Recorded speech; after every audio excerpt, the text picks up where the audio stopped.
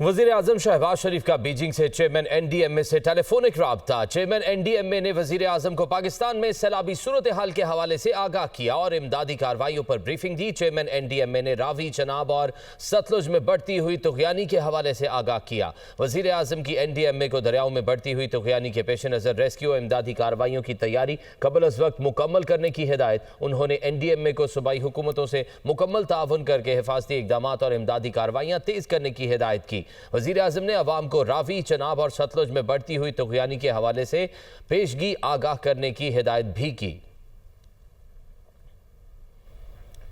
वज़ीर आला पंजाब मरियम नवाज का मुल्तान के सैलाब मुतासरा इलाकों का दौरा। कासिम बेला लंगड़ियाल रिलीफ कैंप में मुतासरीन से मुलाकात। Additional chief secretary, commissioner Multan समेत ज़िला महकमों के अफसरान की सैलाबी सूरत हाल पर ब्रीफिंग। वज़ीर आला पंजाब का हेड मोहम्मद वाला का भी दौरा।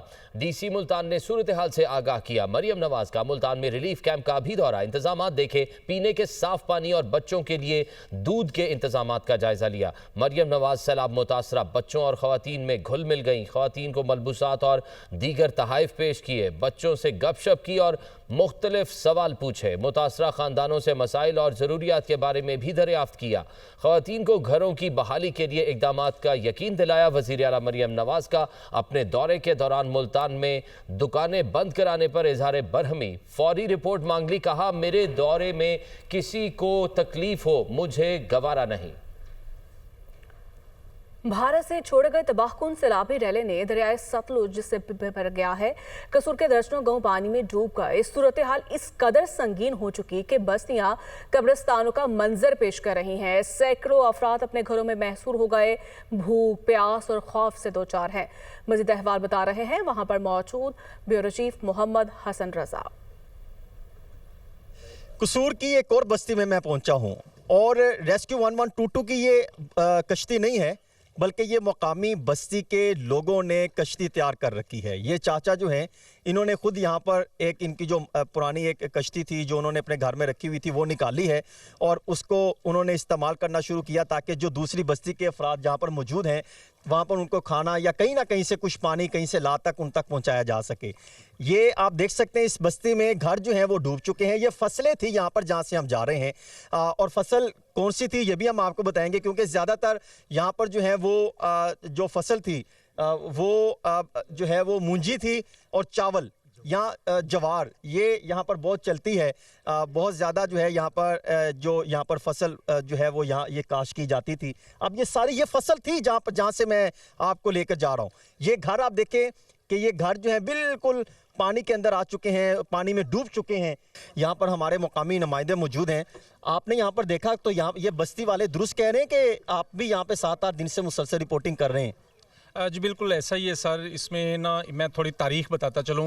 ये 38 साल तारीख का बुलंद तरीन और बदतरीन जो है वो सैलाबी कफ़ियत है यहाँ पर। इस वक्त भी जो है वो इंतहाई ऊंचे दर्जे का जो है वो सैलाबी सूरत हाल यहाँ पर बरकरार है और यहाँ इससे कबल जो है 1988 में जो है वो सैलाब। ये जो अभी बता रहे हैं, अभी जो आप हालात देख रहे हैं बता रहे हैं, तो इसमें क्या रियलिटी है? बिल्कुल सर ऐसा ही है कि भी ज़िला इंतज़ामिया को अपनी तौर पर कोशिशें करती तो दिखाई दे रही है, लेकिन वो जो है वो ऊँट के मुँह में ज़ीरे वाली बात है। यहाँ परेशानियाँ मसाइल इस हद तक ज़्यादा हैं कि ज़िला इंतज़ामिया इनको फैसिलिटेट सही तरीके से नहीं कर पा। देखें, ये भी यहाँ पर रिपोर्टिंग करते रहे, ये भी बता रहे हैं कि यहाँ पर जो है इंतहाई बुरे हालात हैं।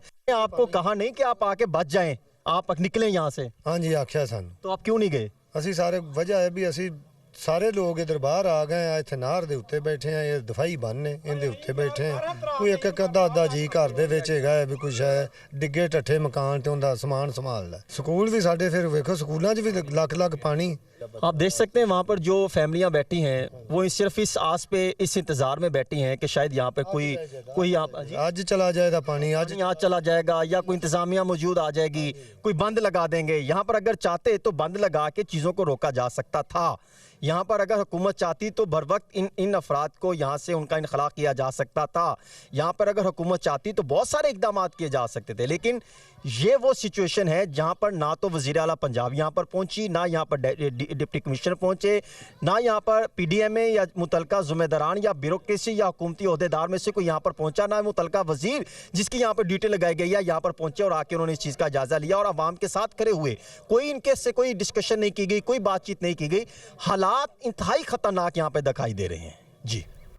हर डिवीजन को सूबा बनाने से इंतजामी इखराजात कम होंगे, मुआशी तरक्की भी होगी। दुनिया में मुल्कों का साइज जिस तरह बढ़ता गया, उन्होंने खुद को यूनिट्स में तकसीम किया। भारत में हर 5 साल के बाद एक नया सूबा बनकर सामने आ जाता है। हमारे पास शुरू से भी 4 सूबे थे और अब भी उतने ही हैं। चाइना के 6 एडमिनिस्ट्रेटिव यूनिट थे, अब 34 हैं। इंडोनेशिया के 38 सूबे हैं। कनाडा के 4 सूबे थे, आज 10 हो चुके। चेयरमैन पंजाब ग्रुप मियां आमिर महमूद का पंजाब यूनिवर्सिटी में तकरीब से खिताब कहते हैं, इतने बड़े सिस्टम से लीडर निकल कर आना मुश्किल काम लगता है। हम बद इंतजामी की वजह से इस मकाम पर पहुंच गए हैं जो काबिल फख्र नहीं है।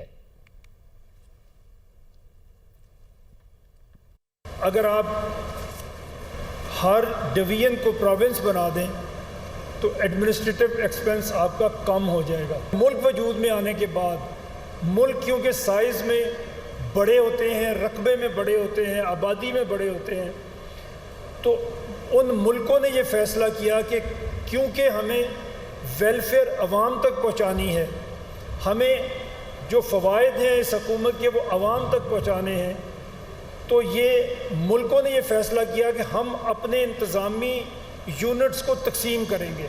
अगर आप इंडिया में देखें, वो सिंपल मेजॉरिटी से सूबा बना देते हैं और हर 5 साल के बाद वो 1-2 सूबे बना देते। चाइना फ्रॉम 6 to 34,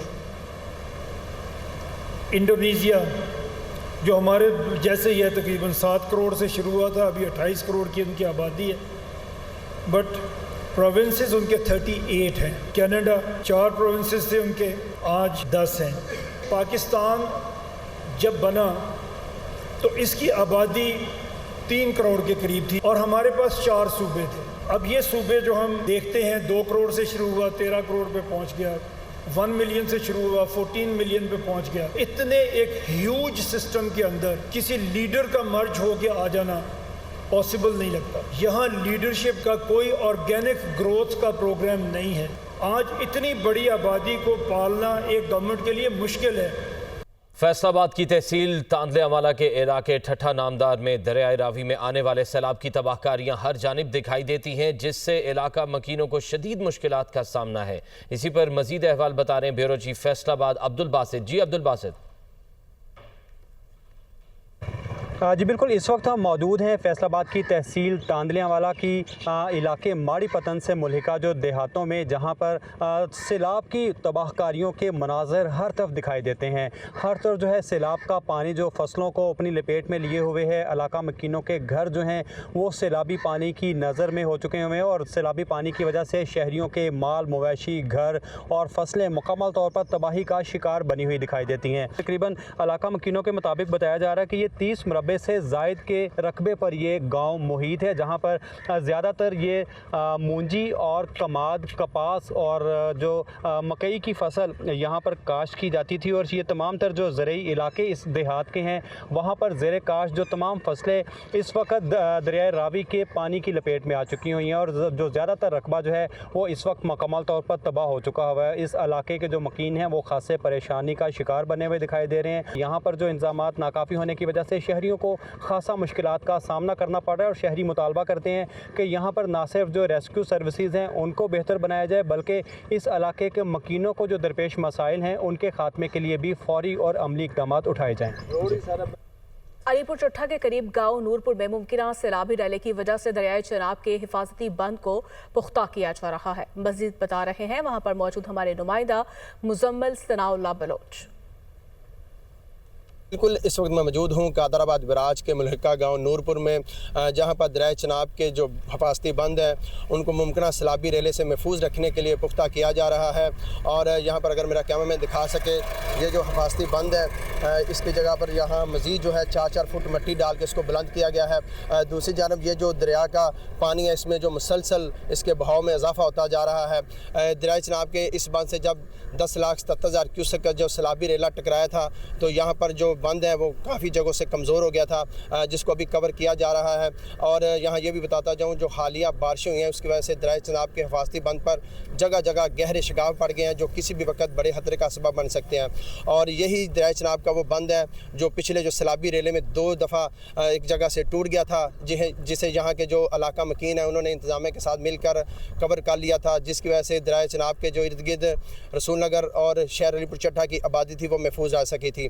अभी भी यहाँ पर जो इलाका मकीन है वो अपने जानवरों को महफूज मुकाम पर मुंतकिल कर रहे हैं। जी। कमालिया दरियाए रावी में ऊंचे दर्जे के सैलाब ने तबाही मचा दी। सैकड़ों एकड़ पर खड़ी तैयार फसलें दरियाबुर्द हो गईं। शहर की अहम शहराह दरिया में बह चुकी हैं और मुख्तलिफ शहरों से ज़मीनी राब्ता मुनक़ता हो गया है। खालिद परवेज़ मज़ीद बताएंगे। कमालिया के इलाका मल फतेहाना में जहां दरियाए रावी में ऊंचे दर्जे के सैलाब ने कमालिया और गिरदोनवा में शदीद तबाही मचा दी है। हजारों एकड़ पर खड़ी तैयार फसलें दरियाबुर्द हो गई हैं, जिससे किसानों को करोड़ों रुपए का नुकसान पहुंचा है। सैलाबी पानी ने 24 से जायद देहात को अपनी लपेट में ले लिया है और मुतासरा इलाकों के हजारों मकीन अपने माल मवेशियों समेत महफूज मकामात की तरफ मुंतकिल हो गए हैं। सैलाब मुतासरा इलाकों में पाक फौज, रेस्क्यू 1122 और जिले इंतजामिया के तमाम महकमे सैलाब मुतासरीन की मदद और रेस्क्यू ऑपरेशन में मसरूफ अमल हैं। ताहम मुसलसल बढ़ते हुए पानी की दबाव के बायस मजीद इलाकों को खतरा लाहक है और मकामी लोगों को हदायत की गई है कि वो किसी भी हंगामी सूरत हाल में फौरी तौर पर रेस्क्यू इदारों से रब्ता करें। जी। सियालकोट हेड मराला के मुकाम पर ऊंचे दर्जे का सैलाब 5.5 लाख क्यूसेक का रेला गुजर रहा है। ताज़ा तरीन सूरत हाल जान लेते हैं नुमाइंदा दुनिया न्यूज सईद भट्ट से। ऐसा यह भारत की तरफ से आबी जहारियत का सिलसिला मुसलसल जारी है। दूसरी दफा जो भारत की तरफ से आबी जहारियत की गई है, 5.5 लाख क्यूसेक का रेला यहाँ पर हेड मराला बराज से गुजर रहा है। अगर बात की जाए दरिया तवी की तो वहाँ से जो सैलाबी ऊंचे दर्जे का सैलाब है। अगर बात की जाए हेड मराला की तो यहाँ से 5.5 लाख क्यूसेक का रेला यहाँ से गुजर है और आप देख सकते हैं कि इसमें मुसलसल इजाफा होता जा रहा है। डिप्टी कमिश्नर सियालकोट और कमिश्नर गुजरांवाला भी यहाँ पर मौजूद हैं, जो इनका जो सैलाबी सूरत हाल इसका जायजा ले रहे हैं और अभी भी जो पानी है उसमें बहाव में मुसलसल इजाफा होता जा रहा है, जिसकी वजह से यहाँ पर हाई अलर्ट जारी किया हुआ है। जी। हेड सदनाई के मकाम पर ऊंचे दर्जे का सैलाब। तहसील पीर महल से इस वक्त 2 लाख क्यूसेक का बड़ा सैलाबी रेला गुजर रहा है, जिसकी वजह से 80 के करीब देहात डूब चुके हैं।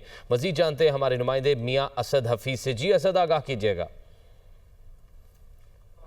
जी, दरिया रावी में इस वक्त ऊंचे दर्जे का सैलाब है, जहाँ पे जो 63 के करीब जो देहात हैं वो पहले जरा आ चुके थे, अब जो है उनकी तादाद 80 के करीब पहुंच चुकी है, क्योंकि पानी का बहाव बहुत तेज है और इसमें इजाफा होता जा रहा है। लेकिन यहाँ पे रेस्क्यू का जो ऑपरेशन है वो भी जारी है। रेस्क्यू 1122 और जो दीगर जो है फलाही तंजीमें वो भी इस वक्त जो है लोगों को निकाल रहे हैं, उनके लिए खाना पहुंचा रहे हैं, क्योंकि इस वक्त लोग जो अपनी आबादियों में मौजूद है उनके लिए यहाँ पे उन्होंने बोट का इंतजाम किया है। वो बोट के जरिए वहाँ जाते हैं और उनको खाना दे के आते हैं और जो लोग वहाँ से आना चाहे उनको महफूज मकामात पर पहुंचा भी रहे हैं। जी।